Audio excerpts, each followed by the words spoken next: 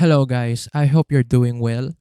In this video, just to be clear, I'm going to point out and react to my previous video kung naalala nyo about the gospel or good news. It's just the same, no? And correct the errors I've said about it. So mamaya guys, papakita ko sa inyo kung ano yung error na yun. Na it's also very important for you all of you na pakinggan to.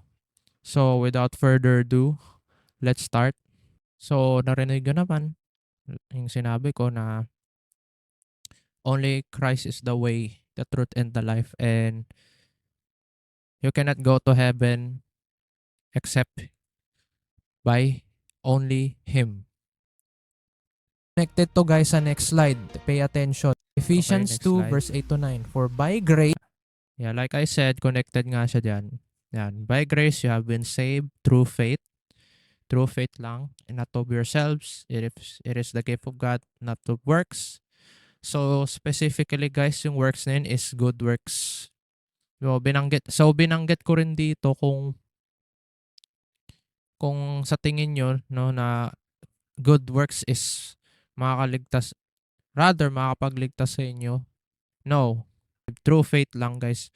By the way, pag sinabi natin grace, what is grace by the way? So, sabi dito, grace is God's favor, kindness, and mercy. So basically, that's His free provided unmerited love and support. So yan yung definition ng grace. Sa faith naman, faith is simply defined as the belief, trust, assurance, and confidence in God. So ito yung ano niyan, yung isa kong nakitang verse sa Hebrews 11:1. Now faith is the assurance of things hoped for. Actually sa Bible na rin yung description. Pero nilagay ko na lang dito. Mamaya explain ko rin to kung ano yung ibig sabihin nito. As you also believe yung works na ginawa ni Jesus Christ sa cross, yun yung tinatawag natin na sacrifice niya. Death, sacrifice on the cross for the payment of our sins. He died, buried, and rose again on the third day. Yan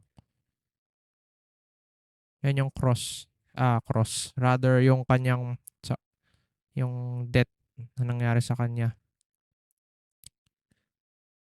Mamaya explain ko to after ng reaction Works video. kailangan sa salvation. No. Pero hindi ko sinasabi guys na hindi tayo gumawa ng good works. We need to do our good works. Kasi guys, if you're a believer, that good works, may reward yan nakapalit sa heaven. Pero That's true.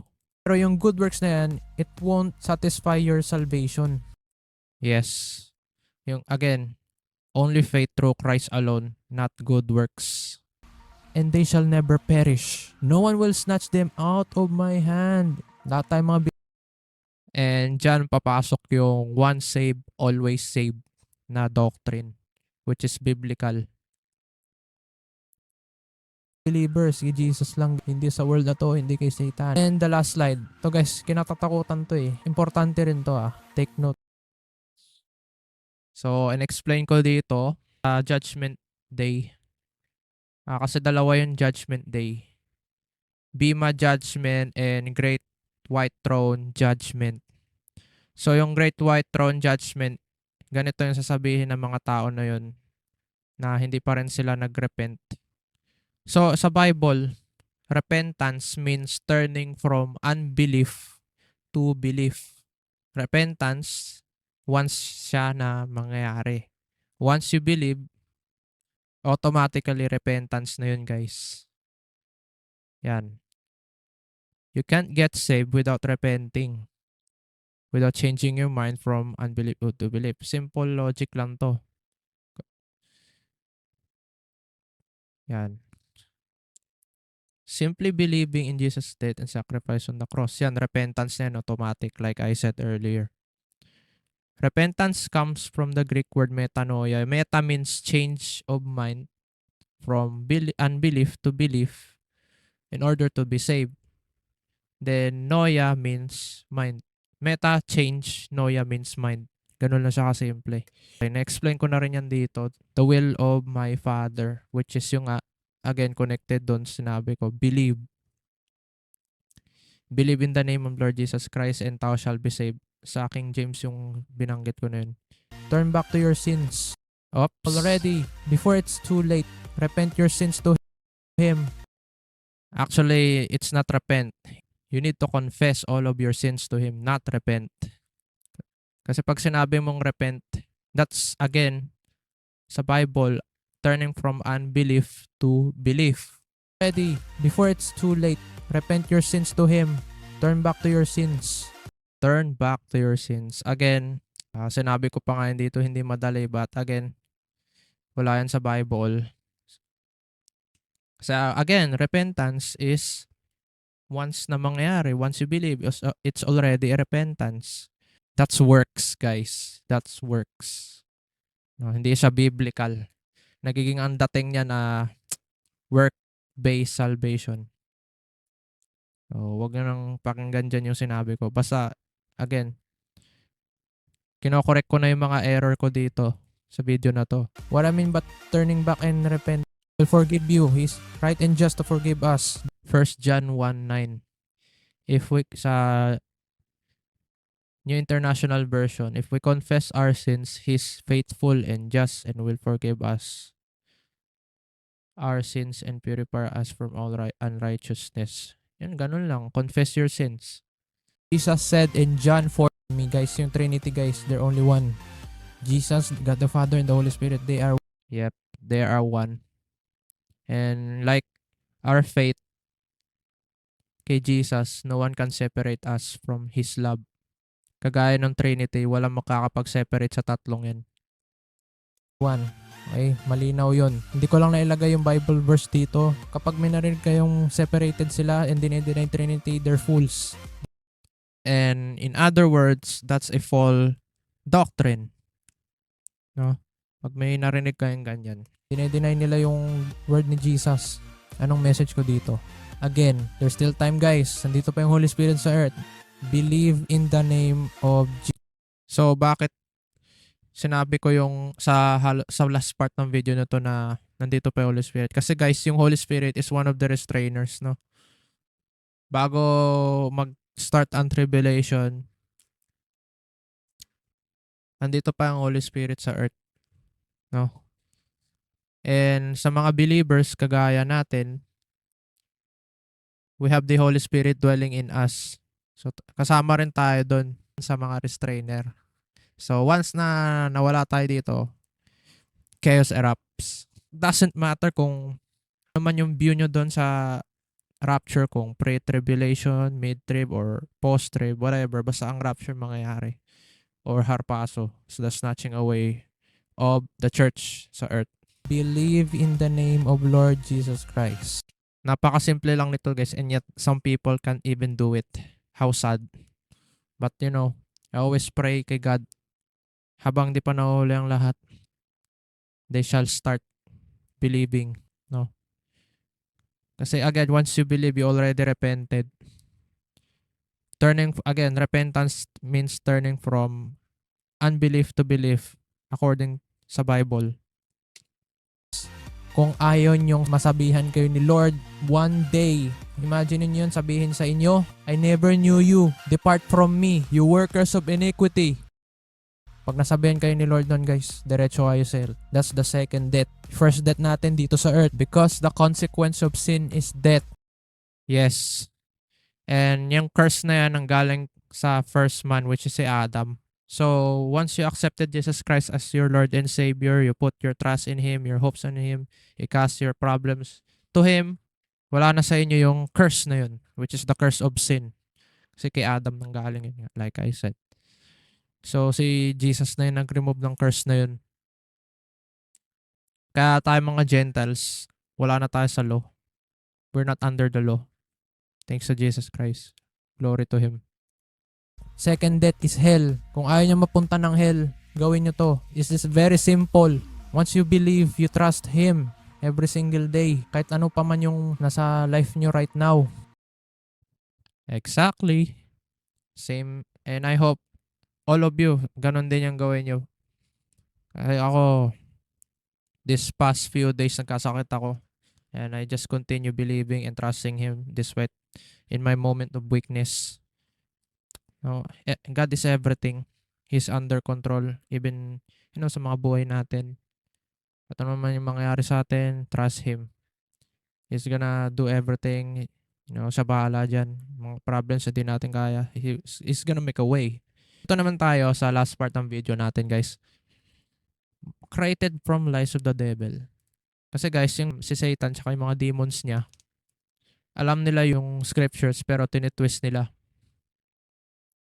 Ginagawa nilang complex.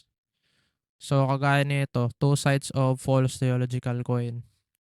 Starting from one, which is Calvinism. So, sabi sa Calvinism, yung turo, kay John Calvin galing to.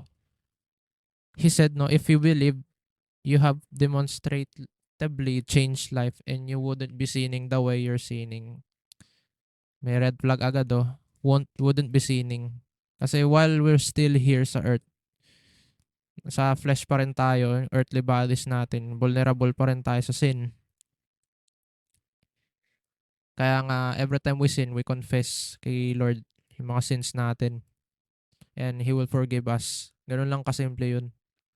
Then sa other side naman, which is Arminianism, to naman, teaches that you can lose your salvation if you don't continually repent of your sins. Ginakalagay dyan, no? Continually repent of your sin. That's already works, no? That's already works. Work connected sa work-based salvation, which is not biblical. So both of this false theological doctrine, parehas yan, unbiblical. False lordship salvation means it's not enough to just believe the gospel. Wow, talaga. You must live a life with constant holiness, repentance, and makes Jesus the Lord of every area of your life. This is also known as Calvinism. In-expand ko lang pala dito yung definition ng Calvinism. Grabe, constant holiness. Kailan ka ba magiging holy dito sa earth? Siyempre, hindi, right? Basta nandito pa tayo sa earth, we're still, we can still sin. But it's not licensed to sin, yung free grace ni God. Okay? All we have to do, we need to confess to Him. And He will forgive us. Ganun lang kasimple. Ito na guys, work-based salvation means believing that a person actions, good deeds, religious rituals are necessary or sufficient to achieve salvation. And sadly, yung ibang tao, ganyan yung gagawin nila sa pagdating ng judgment. But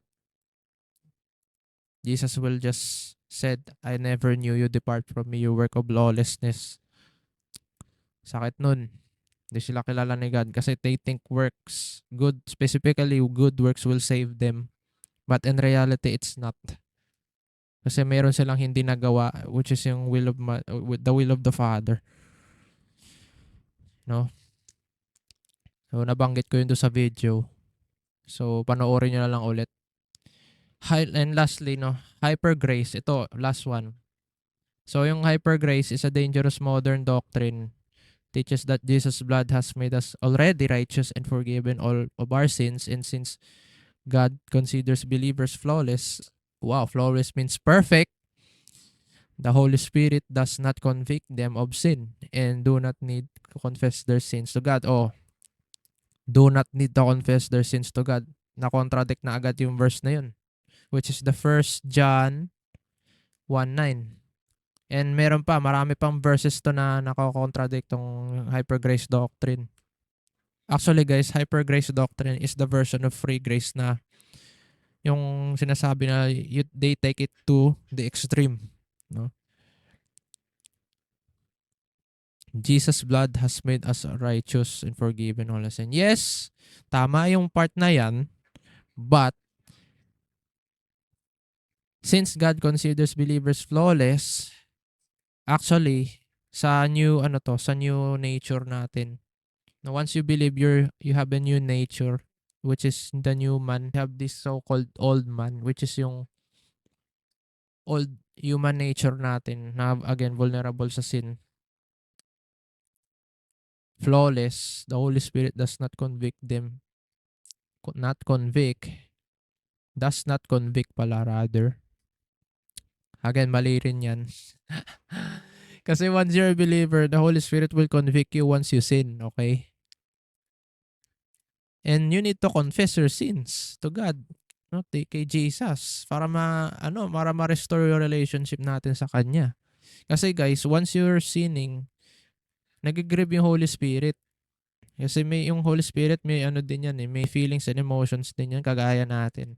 So once kapag gumagawa tayo ng sin, nag-grieve natin siya. So kailangan nating mag-confess kay Lord and mag-ask din ng forgiveness sa Kanya. That's it. Mali yung repent of your sins. Paulit-ulit yung sinasabi sa sa mga false theological studies pala, rather. Tapos yung mga ibang pastor, ganyan din yung tuturo. Repent of your sins. Paulit-ulit, repent of your sins. Kasi sa Bible, again, guys, repent means turning from belief to unbelief. And it doesn't have anything to do with confess of your sins. Kasi instead of repent, dapat confess. Yun yung tamang term. Right? Confess your sins to Him. Hindi repent of your sins. Kasi yung repent of your sins, not biblical yun. Wala sa Bible yun. So, yun lang naman guys yung pinoint out ko dito sa video ko na ito na error about sa gospel. Okay. So, thank you guys for watching this video guys.